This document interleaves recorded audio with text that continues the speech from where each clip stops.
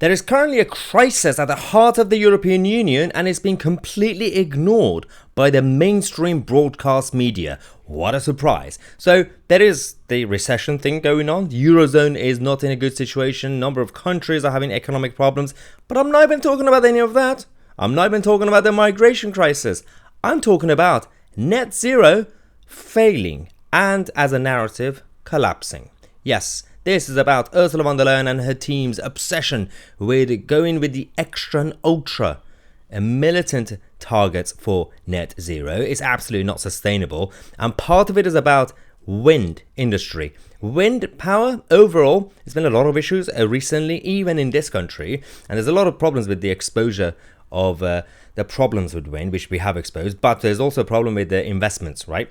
And in this video, we're going to be talking about what's going on with the European Union, because they are not meeting their own targets.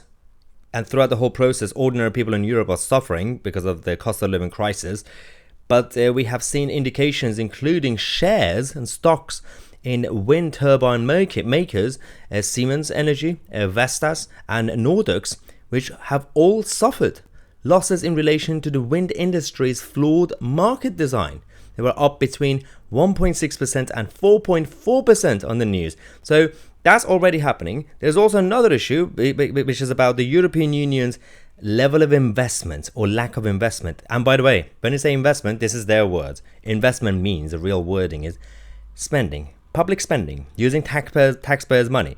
And the European Union is essentially a continental government in some areas, not everything, which means national governments will have to raise their taxes, which they have from their citizens, to give it to the European Commission budget so that they can use it on the programs, including net zero investments, which is, again, spending. So the target that they currently have, the 2030 target, is to basically make sure that 42.5% of all energy is renewables, and which is primarily wind, because solar power cannot be that sustainable anywhere in the world right now. Wind is still basically being used as the main option, and they're not even including nuclear, but so it's mostly renewables. So they're not talking about clean energy, they're talking about renewables.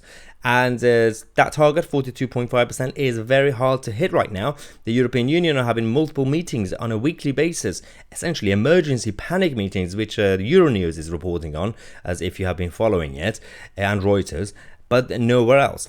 Now, it's fascinating because in terms of the money, because the money and the amount actually matters. At basically 584 billion euros or $627 billion are needed from now, well, 2020 to 2030 in order to meet the... I mean, just look at the number. 584 billion euros. It's only a few years, only 10 years. And by the way, this is not the whole spending on everything. This is just the energy policy, not even the whole energy policy, net zero policy. So on top of that, European countries and the European Commission in general have the VAT taxes, they got the income tax, they got money to spend on the Horizon program, on this, on that, on the small businesses, on the corporations, on tech, on privacy, data and everything else, and infrastructure, trains, Ukraine, don't forget about Ukraine, all that. They're spending billions and billions and billions on each one of them, so trillions. Then you got 500, 600 billion on top of all that to spend on making sure that 42.5% of the energy by 2030 is renewable.